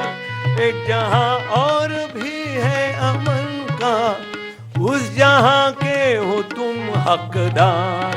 तुम्ही हक्कदार आहात. प्रत्येकाला हे पॉसिबल आहे. ओशोने ते सांगितलं, यातला कोणीही कमी नाही, कारण ते सगळेच त्यातलेच चेले आहेत सगळे. तेच तुमच्याकडे, तुमच्यामध्ये बीज आहे की जे अजून फुलायचं आहे. ते बीज फुलणंच फक्त बाकी आहे. बीज आहे. तुम्ही कोणीही स्वतःला कमी समजू नका. उस उस एक जहां और भी है अमन का, उस जहां के हो तुम हकदार म्हटलंय. तो ओशोंची शिकवण जेव्हा मी लिहिली, हंसते रोने की उलझन में क्यों हो, तुमको जाना है दोनों के पार. एक जहां और भी है अमन का, उस जहां के हो तुम हकदार. हंसने रोने के उलझन में क्यों हो, क्यों हो, क्यों हो.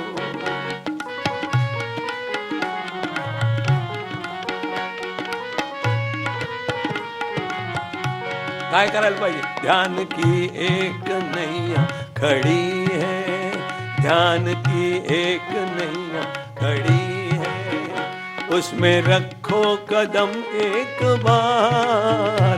ध्यान की एक नैया खड़ी है, उसमें रखो कदम एक बार. तुमको करना तो कुछ भी नहीं है, ना हिलानी कोई पतवार. हंसने रोने के उलझन में क्यों हो, तुमको जाना है दोनों के पार.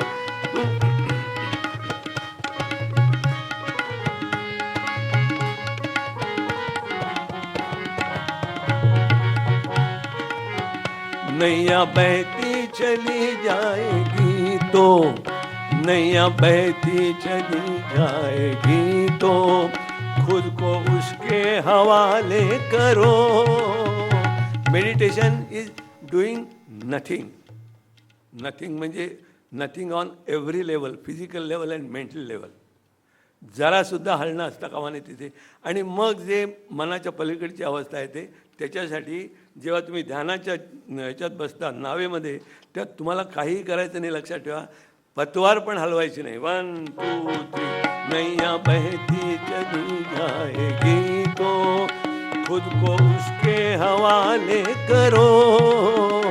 नैया बहती चली जाएगी तो, खुद को उसके हवाले करो.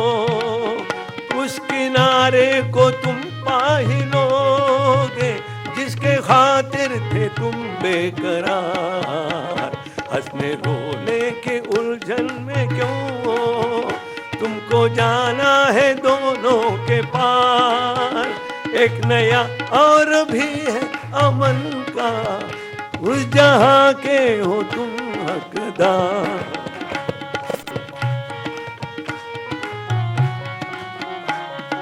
आणि शेवटी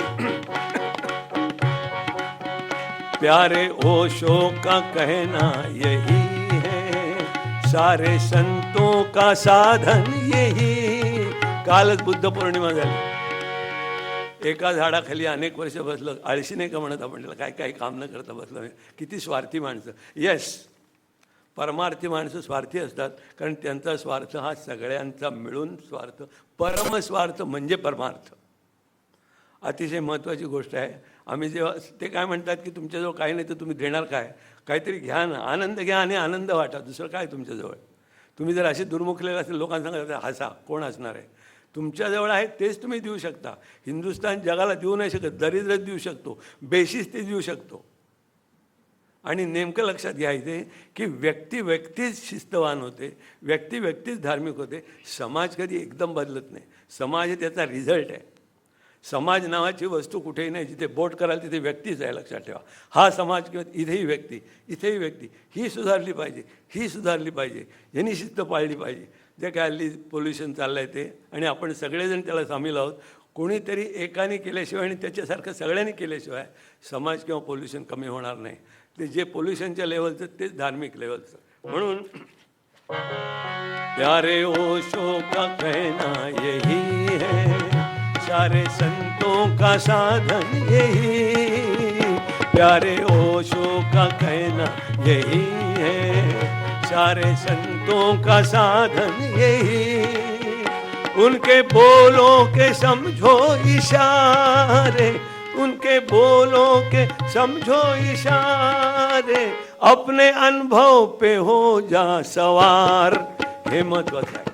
लोकांचे अनुभव तुम्ही सांगू नका. यांनी असं केलं, त्यांनी पोथ्या वाचतात आणि दुसऱ्यांचे अनुभव सांगतात. ज्ञानेश्वर असं म्हणतात, एकनाथ असं म्हणतात. तू काय म्हणतोस ते बोल. आणि मी तेवढ्यासाठीच आहे. खरं सांगतो मी आपल्याला. मला काय अनुभव आलेला आहे तो मी आपल्याला सांगतोय. आणि तो अनुभव या ध्यानाच्या द्वारे आलेला आहे. म्हणून ध्यान महत्त्वाचं आहे. आणि सगळ्या ओशोंच्या कुठल्याही प्रवचनाचं सार एकच आहे, तुम्ही ध्यानात उतरा. शेवटचं म्हणतात ते you may forget me but don't forget meditation. कोणी सांगितलं आहे? आणि पहिल्यांदा मला सांगितलं, मी तुझा कोणीही नाही, तूच. मी तुझ्या पाठीशी आहे वगैरे नाही. पाठीशी कोणी नसतं, आपल्या पाठीशी भूत असतं.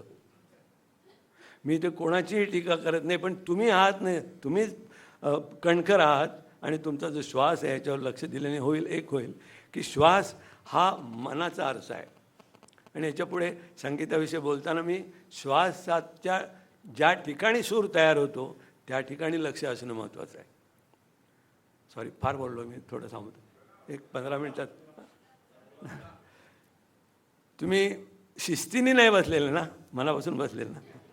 तर हे शिस्त आहे, कोणी जायचं नाही हा वगैरे असं सांगितलेलं आहे आम्हाला. म्हणून नाही, खरंच मनापासून सांगतो. हा विषय थोडा वेगळा आहे, कारण आत्तापर्यंत देवाचं स्वरूप तुम्ही वेगळं पाहिलं आहे, पण हे वेगळं आहे आणि एक खरं स्वरूप आहे. आणि हे जे मिळालेलं आहे त्याची मस्ती एवढी आहे ना, आत मस्तीच. पण ती मस्ती माझ्यापुरती पॉझिटिव्ह आहे. तुम्हाला त्याचा काही उपद्रव होणार नाही, काळजी करू नका तुम्ही की आता आपल्याला मारतील बिरतील. इम्पॉसिबल. तर तसं काही नाही आहे. आणि ध्यान आता बघा, ते नेहमी एका पादऱ्याची गोष्ट सांगतात. तो पादरी गावामध्ये पुष्कळ चर्चेस असतात. प्रत्येक चर्च, ते एका चर्चमध्ये एक पादरी दर रविवारी आपलं सरमन करायला जायचं. लोकांची गर्दी, लोक त्याला मनापासून ऐकत होते, त्याचा आदर सत्कारही करत होते. आणि तो म्हणायचा, चिल्ड्रेन वगैरे काय म्हणतात की God is great, God will save me म्हणा तुम्ही, बाकी काय करू नका, ही विल सेव्ह यू. त्या गावामध्ये एक दिवशी अचानक नदी वाहत होती, पूर आला. गाव बुडून जायच्या वेळेला आता काय करायचं, जिकडे तिकडे भोंगे वाजायला लागले सरकारी याच्यावरनं सुद्धा. प्लीज टेक युअर शेल्टर, तुमच्या काय वस्तुनिष्ठा असतील त्या सगळ्या घेऊन तुम्ही सुरक्षित ठिकाणी जा. हा जो आहे पादरी, ह्याचं घर एक मजल्यावर आणखी उंच, म्हणून ते तिथे जाऊन उभा राहायला बघतोय. तो सगळे जात आहेत. तर लहान लहान मुलं पादरी, फादर प्लीज कम, फ्लड आहे वगैरे वगैरे, please come. No, God will save me, you go. सगळ्यांनी गेले आणि हा एकटा राहिला. तर सगळ्या गावामध्ये जेव्हा पूर आला, सगळं भरून गेलं पाण्याने, तरीसुद्धा हा पहिल्या मजल्यावर उभा होता. तिकडनं वरनं हेलिकॉप्टर्स टाकली, वर नेलं लोकांना. एक हेलिकॉप्टर ह्याच्या घराजवळ आलं आणि त्यांनी दोर टाकला, father please come, you are an important person, please come, will take you to safe custody. No, God will save me. व्हायचं ते झालं. पूर आला, पुरामध्ये हा गेला. होऊ शकतं, काही होऊ शकतं. कोणाच्या वेळेला म्हणतं नाही, आमच्या घरामध्ये ना ती पिंडी आहे ती तेवढी राहिली, बाकी सगळं गेलं, असं पण आपण म्हणतो. कधी म्हणतो की आमचा मुलगा तेवढा वाचला, पण एकटा बिचारा काय करेल. अनेक गोष्टी होऊ शकतात. तसंच या ठिकाणी पादरी गेला. इथपर्यंत गोष्ट घडू शकते. पुढची जी गोष्ट आहे ती जरा गमतीशीर आहे. पादरी स्वर्गात गेला आणि बघतो देव कुठे काय बसलाय, काय त्याला मी गॉड विल सेव्ह मी म्हटलं, करतोय काय हा. गॉड तिथे सिंहासनावर बसला होता. गॉड विचार, you are to save me, in whole of my life, I have said this, and I have said this in the church to so many people. Why did you not save me? तो म्हटलं गाढवा ती लहान मुलगी सांगत होती, चला बाबा लवकर तुम्ही. ती कोण होती? मीच होतो. वरनं दोर टाकणारा तो कोण होतो? तो मीच होतो. आपल्या लक्षात आलं असेल. म्हणून सगळ्यात ते आहे, म्हणजे ते तत्वरूपाने आहे, पण फिजिकल फॉर्म्स वेगवेगळे आहेत. बस तुमच्या प्रत्येकात तो आहे, लक्षात ठेवा. मी आपल्याला नमस्कार करतो.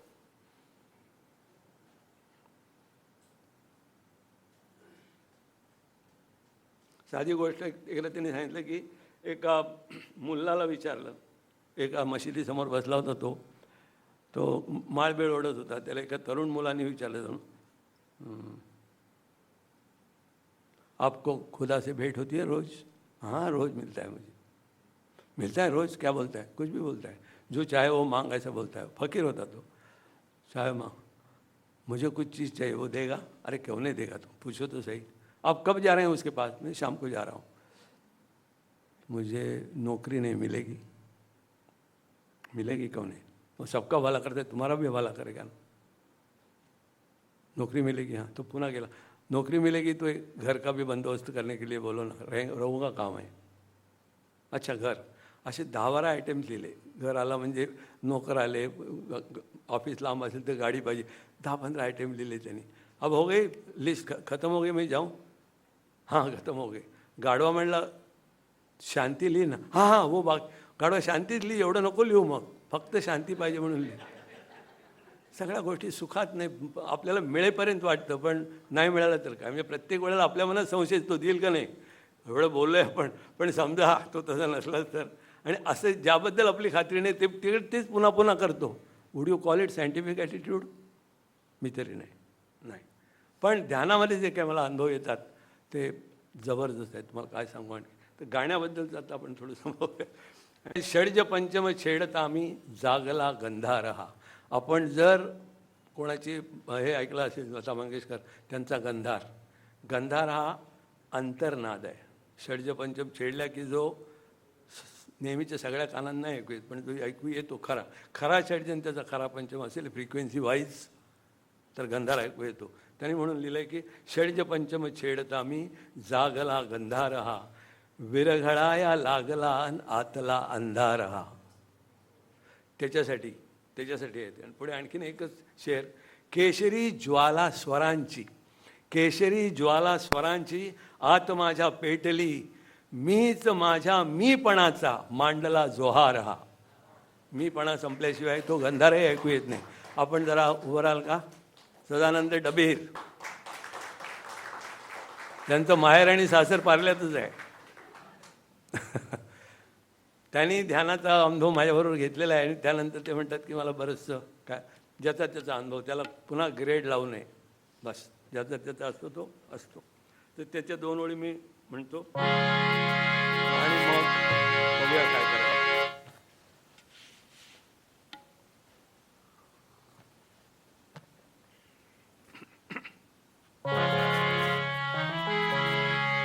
षड्ज पंचम छेडता मी जागला गंधारहा.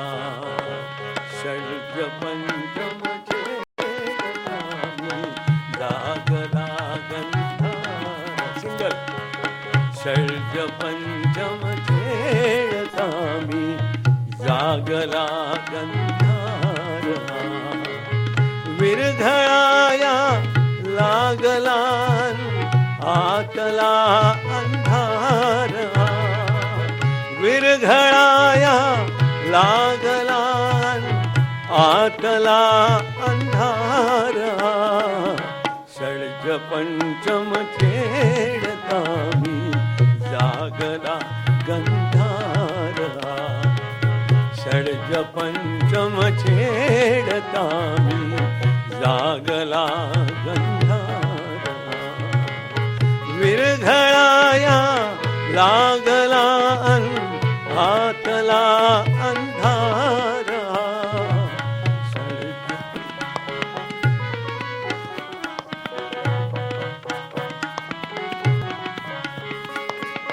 केशरी केशरी ज्वाला स्वरांची आत माझ्या पेटली, केशरी ज्वाला स्वरांची आत माझ्या पेटली, मीच माझ्या मीपणाचा, मीच माझ्या मीपणाचा मांडला जोहार, षड्ज पंचम छेडता मी जागला गंधार, जागला गंधार, जागला गंधार.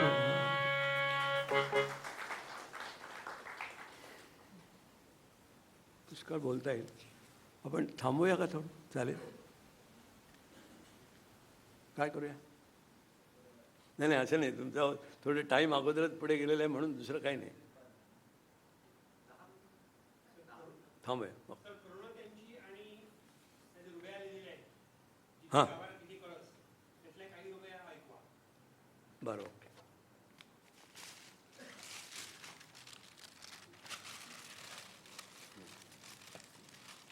माझं जे पुस्तक आहे करुणा त्यांची, तर करुणा त्यांची पुस्तकाच्या आता 2 आवृत्त्या निघाल्या.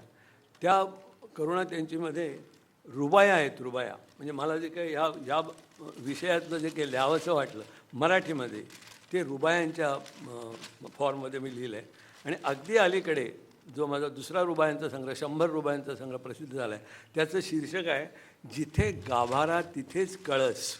ध्यानात घ्या, जिथे गाभारा तिथेच कळस. कारण हा जो मार्ग आहे हा बघण्याचा मार्ग नाही, डोळे असून न बघण्याचा मार्ग आहे. Keep your eyes open but don't see.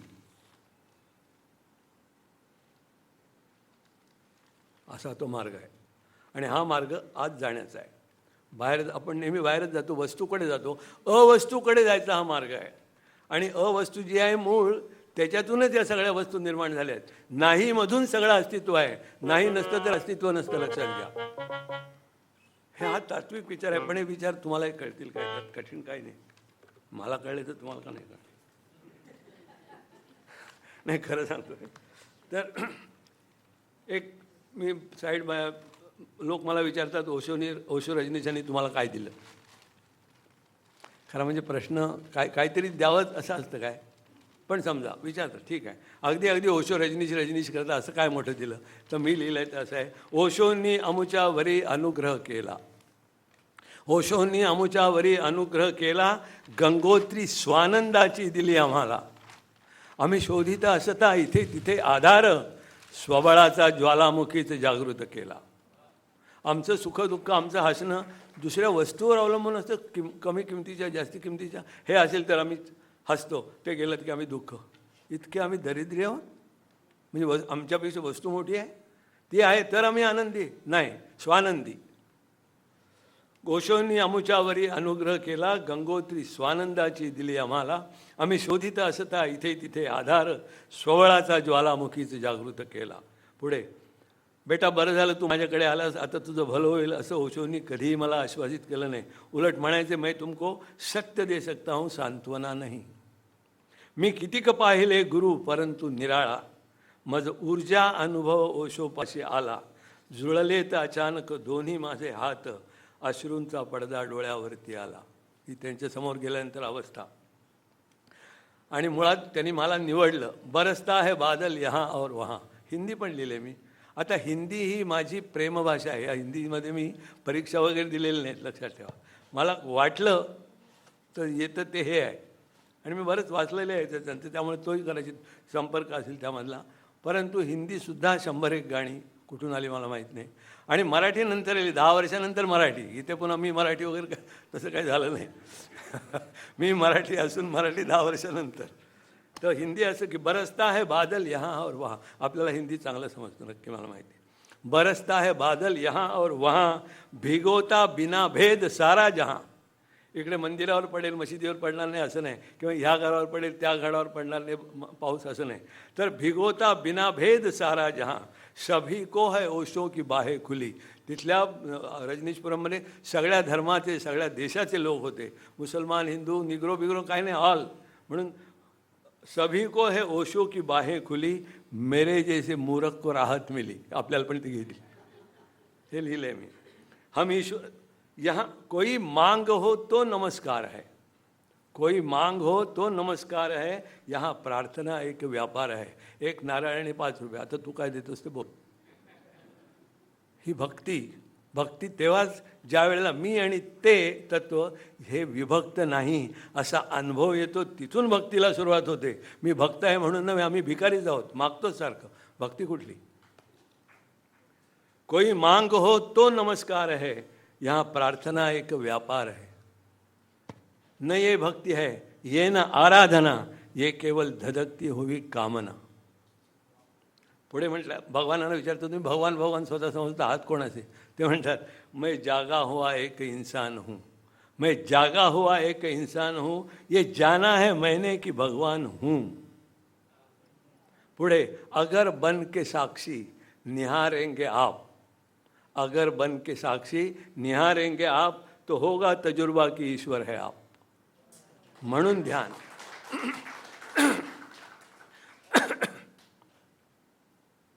मराठीत, मी ओशो आहे आहे मी भगवान, मी ओशो आहे आहे मी भगवान, मज ईश्वर दिसतो तुमच्यातही इथून. म्हणून ती दृष्टी, की जे बीज आहे ते बघण्याची दृष्टी. फुलं आपण सगळेच बघतो. तर मी ओशो आहे आहे मी भगवान, मज दिसतो ईश्वर तुमच्यातही इथून, हे देवत्वाचे धन लाभेल कुणाही, घ्या शोध अंतरी डोळे बंद करून. आपल्याच हातात आहे, आपण पोस्टपोन करतोय. उद्या बघू, नाही येत उद्या, खरंच उद्या कधी येत नाही. आणि साध्या अभ्यासाच्या वेळेला घेतात, सांगितलं तर रिहर्सलच्या वेळेला रियाज करा उद्यापासून. देव सांगून गेले तो रियाज आपला रोज 1 तास सकाळी 5 वाजता उठून रियाज. उद्या सकाळी जेव्हा 5चा गजर लावलेला असतो तेव्हा तो गजर वाजतो 5, बिचारा गजर तो वाजतो 5 वाजता, आणि मी तो लगेच बंद करतो. आज नको, उद्या. आणि बरं आहे, उद्याच बरं, उद्या गुरुवार आहे, चांगला वार आहे. आम्ही किती स्वतःला काय करतो, काय बघा तुम्ही, हेच चाललेलं असतं. मग त्यावेळेला नको तो गजर असं होतं. असंच नेहमी हॅबिट ती नेहमी राहते शिल्लक. एच गेला तरी अ बीट रिमेन्स, अ गेला तरी बीट रिमेन्स, बी गेला तरी इट रिमेन्स.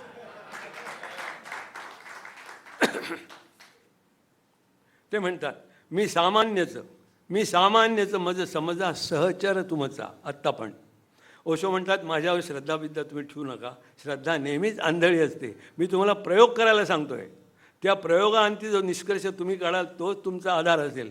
तुमचा अनुभव हाच जगातला तुमचा गुरु, दुसरा कोणीही नाही. असं करा म्हणजे तुम्हाला गाणं चांगलं येईल.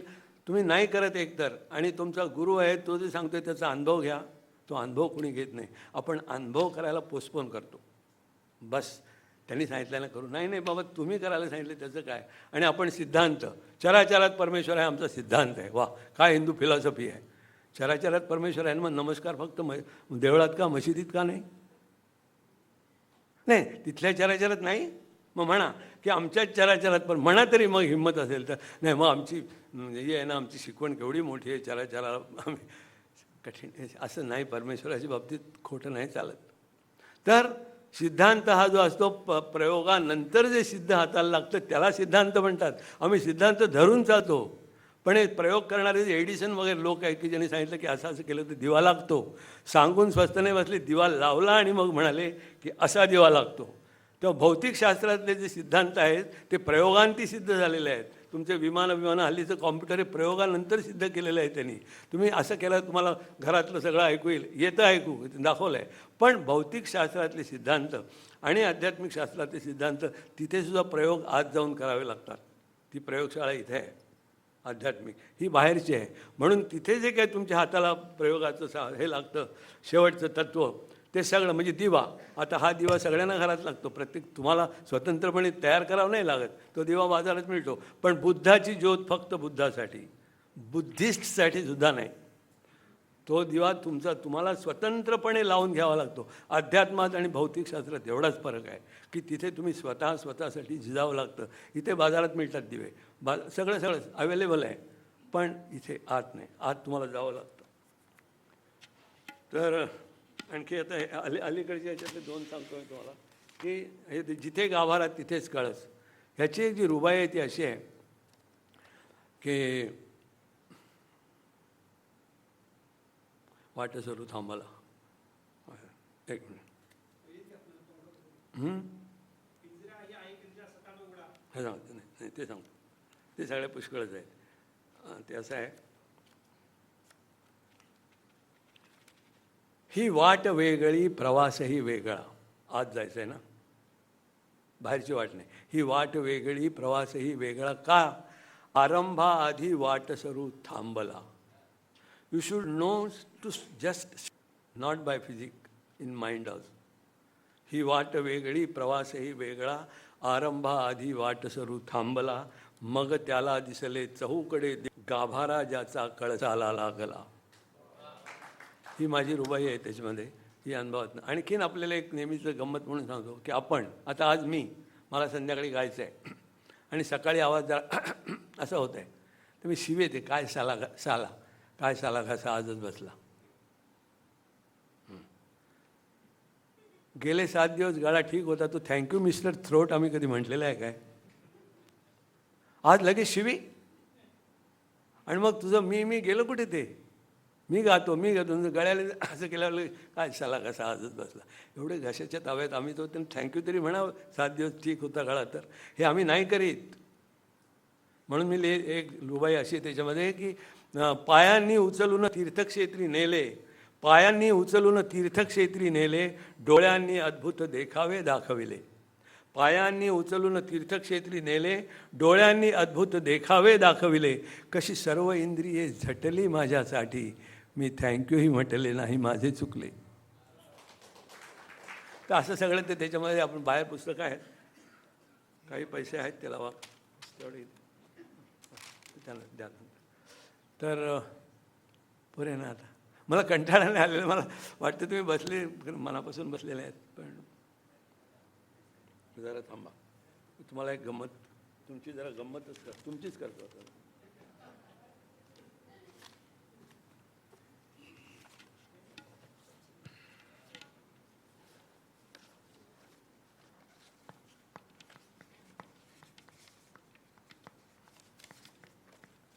आता हे सगळं मराठी हिंदी प्रकरण झालं ना, त्याच वेळेला तिथे मी आता 84 साली मी संन्यास घेतला. 97 सालापर्यंत एक मिस्टिक रोज मेडिटेशन म्हणून एक 3 सप्ताह 21 दिवसाचे एक संबंधाचे सत्र असतं. 7-7 दिवसाचे वेगवेगळे तिथे ध्यान असतात. आणि तिथे तुम्ही जाऊन तिथेच पुण्यात राहायचं आणि त्या ध्यानाच्या वेळेस दुपारी काहीतरी साधारण 10 ते 12पर्यंत असतं. आणि पहिले 7 दिवस हसायचं, हा हा असं नाही, इथे काहीतरी व्हायला पाहिजे. हे साधं नाही हो. 5-5 मिनटं नाक धरून घेऊन काय होत नाही. 1-1 तास करावं लागतं. तुम्हाला जर दूध तापवायचं असेल तर 2च मिनटं लावून चालेल का भिजतो? तो सारखा साय येईपर्यंत ते करावं लागतं ना. हे तसंच आहे. आतलं ज्याला आपण म्हणतो एक्झिस्टन्स पोचेपर्यंत तुम्हाला हे करावं लागतं, रोज करावं लागतं. ते मी करतो. तर त्यावेळेला पहिले 7 दिवस नुसतं हसायचं, दुसरे 7 दिवस यू हॅव टू क्राय, आणि तिसरे 7 दिवस विपश्यना. असा तो 3 हे असतं. 3 सत्र 7-7 दिवसाची. मी म्हटलं आपण जायचं, पण 97 सालापर्यंत योग नाही आला. केव्हा तरी जायचं ठरवायचं तर कोणतरी यायचं, काहीतरी काम म्हणजे पोस्टपोनमेंट ना. आता जाऊ दे, पुन्हा करू, मग करू. पण एकदा ठरवलं की नाही, म्हटलं पोस्टपोनमेंट नाही, आपण जायचंच. आणि हिला मी सांगितलं घरामध्ये की कोणी आला तरी सांगू नको, पुण्याला गेलेत म्हणून सांग. केव्हा भेटतील? नाही, 21 दिवसानंतर किंवा महिन्याची शेवटी असं सांगितलं. बरं म्हणाले. आणि तुम्ही मला फोन बिन करू नको. मी ह्या 21 दिवसात मी कोणाचाही नाही. तर तिथे जी मंडळी असतात सगळ्या देशातनं, सगळ्या धर्माची तिथे आले, कोणी कोणाला नाव बी काही विचारित नाही. पण पहिल्या 7 दिवसात तुम्हाला सांगतो गंमत अशी झाली की हसायचं ना. आईला म्हटलं हस. बघा प्रश्न, आपल्याला हसायला सांगितलं, उगाच मी असलं तर काय झाला मूर्ख आहे, उगाच हसतो. म्हणजे कोणी पडला तर आपण हसतो, हा. तर काहीतरी कारण पाहिजे आम्हाला हसायचं. आम्हाला आतून हसणं निर्माण नाही करता येत. आणि मुख्य म्हणजे सगळं झाल्यानंतर आपलं हसणं आपल्याला निर्माण करता आला पाहिजे. तोच स्वानंद आहे. दुसरं बरं झालं तर आम्ही हसू. मी हसणं ही माझी प्रवृत्ती व्हायला पाहिजे. केव्हा तरी हसणं नाही, मी हसतोच आहे. तुम्हाला मध्ये मध्ये ऐकू येते एवढंच, असं व्हायला पाहिजे. कशाला असले बघा. धन्यवाद. तर पहिल्यांदा हसायचं, म्हटलं हसूया. तर का हसलो मी, सगळे कारणं बघितली, कारण काही मिळेना. म्हटलं त्याला हसायचं सांगितलं तर हसू. आणि इतर लोक सगळे तिथेही पुन्हा डोळे मिटलेले असतात. हां नाही तिथे नाही, सॉरी, बोलायचं असतं हसू, हा हा हा हा हा हा हा हा हा, हे सगळं असंच. हीच भाषा, शब्द नाही, नो लँग्वेज. आणि तिथे जे चाललेलं असतं ना रेकॉर्डवर ऐकू येतं, त्या काहीतरी नाना कवितेच्या गॅईजेस ऐकू येतात, विनोद ऐकू येतात, ह्युमर सगळं काही, पण आपल्याला तिथे कळतंच असं नाही. पण आपण हसायचं. तर मी ठरवलं, म्हटलं आपण हसूया. आणि बेली लाफ्टर, हा हा हा हा हा हा हे करत असताना सगळे असं हसत गेलं तो मूर्ख म्हणतील, पण तिथे हे हसणं हेच अवेलेबल होतं, तेच पाहिजे होतं. आणि मी पाहिलं की ते करत असताना इथे सेन्सेशन व्हायला लागलं. आणि ते सुखद सेन्सेशन होतं. ह्याला हे बरं वाटतं आपल्याला. मग लोक गेली खड्ड्यात. आपण ह्याच्यासाठीच हसू ना, शेवटी पोटासाठीच करतो ना सगळं आपण. पेट गेली आता. तर हा हा हां आयला म्हटलं. आणि खरंच एकदम फ्रेश. ते 2 तास कसे गेले कळले नाही. ते 7 दिवस तसे गेले. पुढल्या 7 दिवसात रडायचं. आयला म्हटलं काय कठीण आहे, एकंदर सगळंच कठीण. तर रडायचं म्हणजे काय, का रडायचं. वडील गेले तेव्हा थोडंसं रडलो. बरं ते आठवून दुःख होईल, पण त्या पद्धतीचं रडणं आता होणार नाही. रडणं त्यावेळी ते झालं ते झालं. पहिली बायको गेली, आता काय त्याचं. पण मी तुम्हाला सांगतो काय झालं ते. मी म्हटलं मी माझ्या विद्यार्थ्यांना विशिष्ट प्रकाराने सूर लावा, म्हणजे तो तुम्हाला आधी आनंद देऊन दे. लोकांच्या टाळ्यासाठी गाऊ नका तुम्ही. ते करायची औपचारिकता म्हणून, गाणं संपलं म्हणून टाळ्या देतात. तुम्हाला वाटतं की गाणं चांगलं झालं म्हणून टाळ्या देतात. तर टाळेवर तुमचा आनंद नको, तुमचा आनंद गात असताना प्रत्येक क्षणी असू दे, हे मी त्यांना सांगतो. आणि खरंच काही कळतं काही नाही कळत, पण त्यामुळे मला भयंकर वाईट वाटतं की ह्यांना आणखी मी कुठल्या पद्धतीने समजावून सांगू म्हणजे ते हाय करतील. त्यावेळी मला भयंकर वाईट वाटतं. आणि मग असं वाटतं की ओशो 30 वर्ष सांगत केलेत मेडिटेशन करा, आम्ही करत नाही. त्यांना किती वाईट वाटत असेल. हे म्हणून ज्या वेळेला रडं आलं ना, इट स्टार्टेड. अनुभवलेली गोष्ट आहे. बस मग धाराच अश्रुधारा.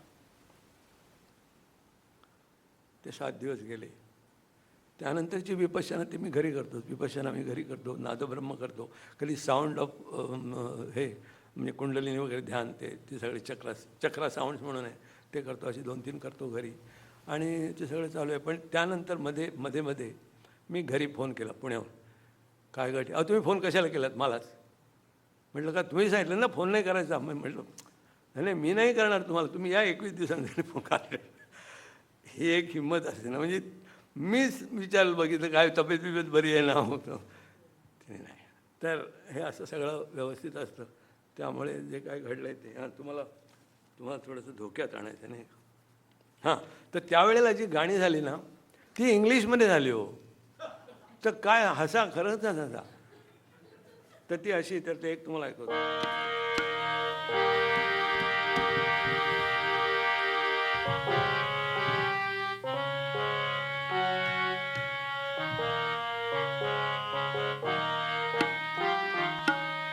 Osho has shown the way.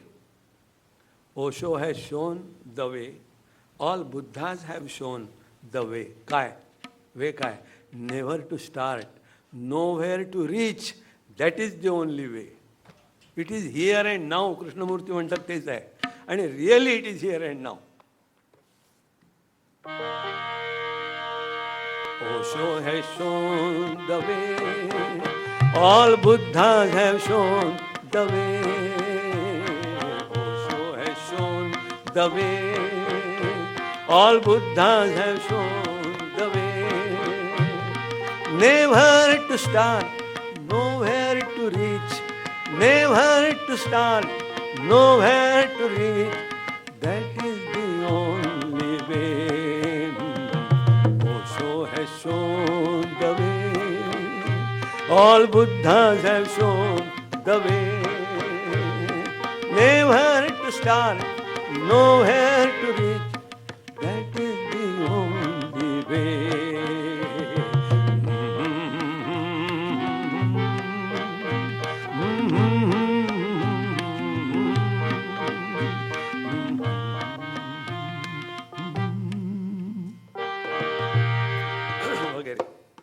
नंतर एक गाणं जरा थोडंसं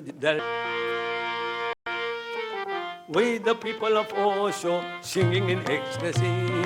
We the people of Osho singing in ecstasy. जरा डायनॅमिक वाजवा असं असं नको. 1 2 3 1 1. Thank you thank you thank you. जरा थांबा. माझं थँक्यू ऐकलं ना आता वाजवा. 1 2 3 4.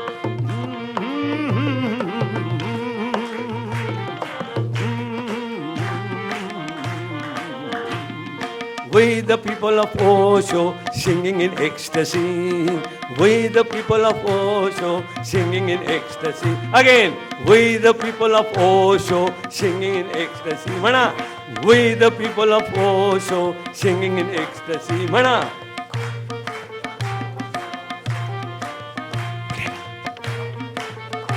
We the people of Osho singing in ecstasy. We the people of Osho singing in ecstasy. गाणाऱ्या लोकांनी म्हणा, we the people of Osho singing in ecstasy, enjoying this and that, living in ecstasy, enjoying this and that, living in ecstasy. Ha ha! We the people of Osho singing in ecstasy. Ha ha! We the people of Osho singing in ecstasy. Ha ha! We the people of Osho singing in ecstasy. आता मात्र बस. धन्यवाद. आपण आता या मध्यंतर घेऊया. 10 मिनिटाचंच मध्यंतर करू. मध्यंतरानंतर पुन्हा आपण इथे चर्चासत्र सुरू करणार आहोत. ज्यांना प्रश्न विचारायचे आहेत, काही शंका असतील त्या सरांशी किंवा आपापसातही आपण चर्चा करू शकता.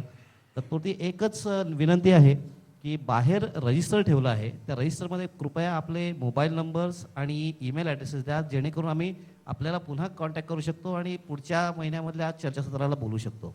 धन्यवाद.